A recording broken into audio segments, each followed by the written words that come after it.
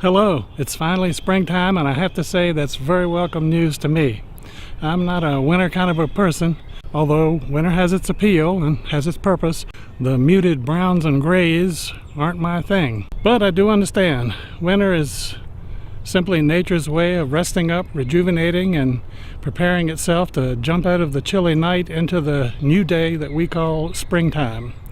I think most people look forward to spring, and they look forward to seeing signs that spring is about to happen or has already started. For some, it might be a crocus in the yard or perhaps grape hyacinths. A little later, it might be the blooming of redbuds or dogwoods, but that is a little later. Often I hear people talk about the daffodils. I suspect daffodils may be close to the top of most people's lists of signs of spring.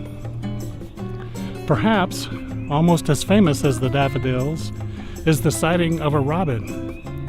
But I see robins frequently around here throughout most seasons, even including winter. All of these things, and I'm sure you can name many more, are the harbingers of things to come in the milder weather. For me, there are three less common items that are the harbingers of spring: purple dead nettle, henbit, and bloodroot. But for today, I'm going to leave the purple dead nettle and the henbit behind, and today the focus will be on the bloodroot. Bloodroots have interesting and distinctive leaves and bloom with pretty white petal flowers with yellow stamens, 1.5 to 2 inches across, which is about 4 to 6 centimeters.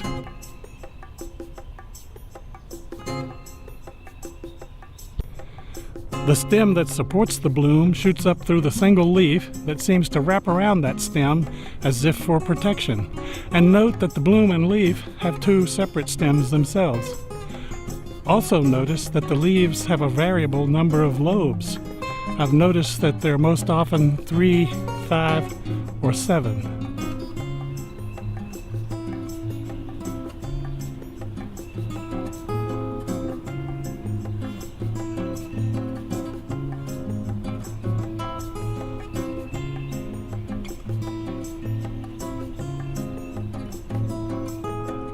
The petals of the flower drop off quickly, leaving the fruit which will produce the seeds.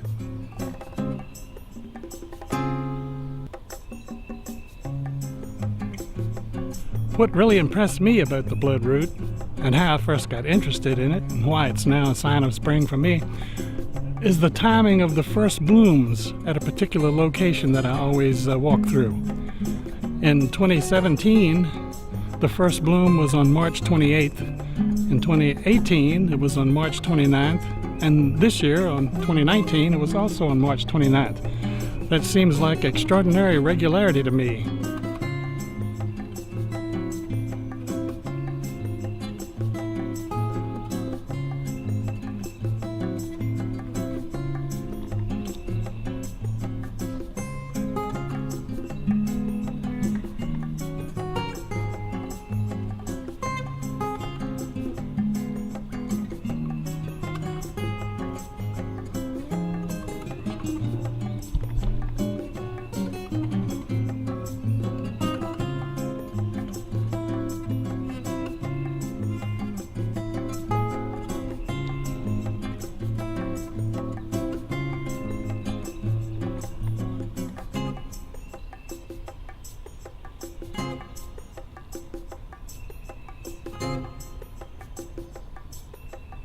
Well, I hope you've enjoyed my bloodroot video today.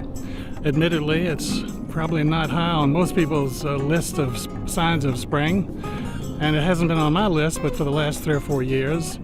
And you know why, because of its regularity.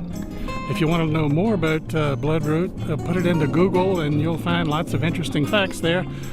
Historically, it has a long history and a lot of current uses or pseudo uses for it. You be the judge of that. And if you have any additional things that are signs of spring for you, leave them below in the comments, and take care, and I'll see you next time.